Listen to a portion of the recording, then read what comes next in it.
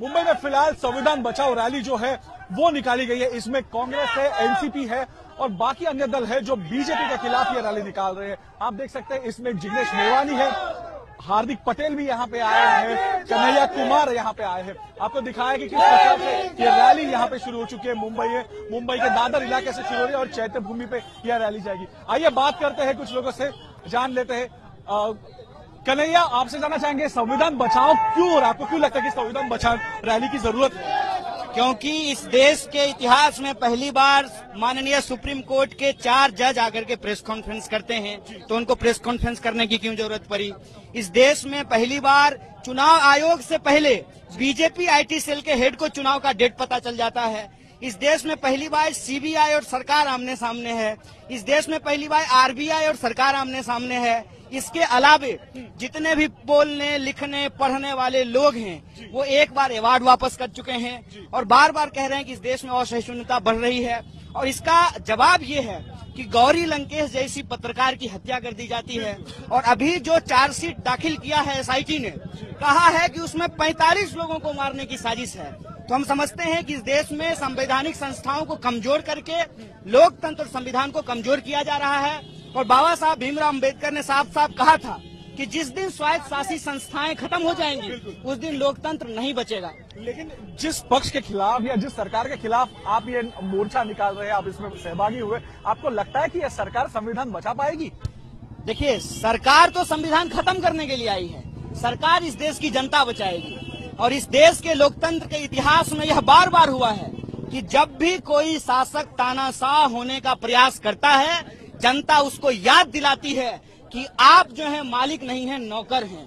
और इसीलिए प्रधानमंत्री जी जो है बहुत चालाकी से खुद को चौकीदार बताते हैं, लेकिन राफेल में चोरी का हिसाब नहीं देते हैं। बिल्कुल हार्दिक, आपसे जानना चाहेंगे, कन्हैया कह रहे हैं कि प्रधानमंत्री जो है वो खुद को चौकीदार बताते हैं। आप गुजरात से आते हैं, आपने बहुत नजदीकी देखा है, क्या विचार है आपके संविधान बचाओ रैली को लेकर? चौकीदार का काम होता है सुरक्षा करना।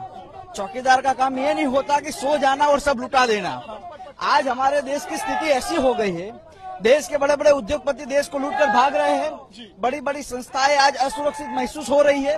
इन सारी स्थितियों के खिलाफ ये सारे यूथ इकट्ठा होकर ये कह रहा है कि देश के 125 करोड़ जनता को अगर बचाना है, उनको सुरक्षित रखना है, तो इस देश का सबसे बड़ा ग्रंथ यानी कि संविधान को सुरक्षित रखना होगा। इसीलिए संविधान बचाओ रैली का आयोजन हुआ है। अगर संविधान सुरक्षित नहीं होगा तो आप में और ये पत्रकार भी यहाँ सुरक्षित नहीं हो सकते। तो संविधान को सुरक्षित रखना है, उसको बचाना है और उसको सही मायने में यहाँ लागू करना, इसलिए लड़ाई है। जिग्नेश, आखिरी सवाल आपसे पूछूंगा, आप एमएलए है गुजरात से, क्या लगता है आपको कि ये जो पूरा मामला जो ये चल रहा है फिलहाल, इसको लेके सरकार कितनी सीरियस है? सीरियस 1% नहीं, ये सरकार से ही संविधान को खतरा है। इस संविधान को यदि कोई बचाएगा तो ये जो जनता बाहर निकली है, जाति, धर्म, पॉलिटिकल पार्टी, सबको साइड में छोड़ के एक सिटीजन के तौर पे, नागरिक के तौर पे ये जो जनता बाहर निकली है, बुलंद हौसले के साथ ये कहने के लिए कि संविधान सुप्रीम है, संविधान जिंदाबाद, तो संविधान ये जनता बचाएगी। ये सरकार ने तो तय कर लिया कि संविधान के बजाय मनुस्मृति को लागू किया है। सरकार की ये मंशा है कि मनुस्मृति और मनुस्मृति की जो मिडिवल फ्यूडल, जो छुआछूत में मानने वाले, जो एंटी दलित, एंटी माइनॉरिटीज वैल्यूज, उसको प्रस्तावित किया जाए। गौरी लंकेश वाले मामले में जो चार्जशीट हुआ है, 43 इंटेलेक्चुअल्स और रेशनलिस्टों को मार देने का साजिश था। तो हद हो गई। ये कौन से देश में हम लोग जी रहे हैं जहां पर तर्क से बात करने वाले, साइंटिफिक एटीट्यूड रखने वाले लोगों को मार दिया जाता है? ये किस प्रकार का लोकतंत्र है? तो यदि ये संविधान नहीं बचा तो लड़ने वाले अनगिनत लोगों के ऊपर हमला होगा।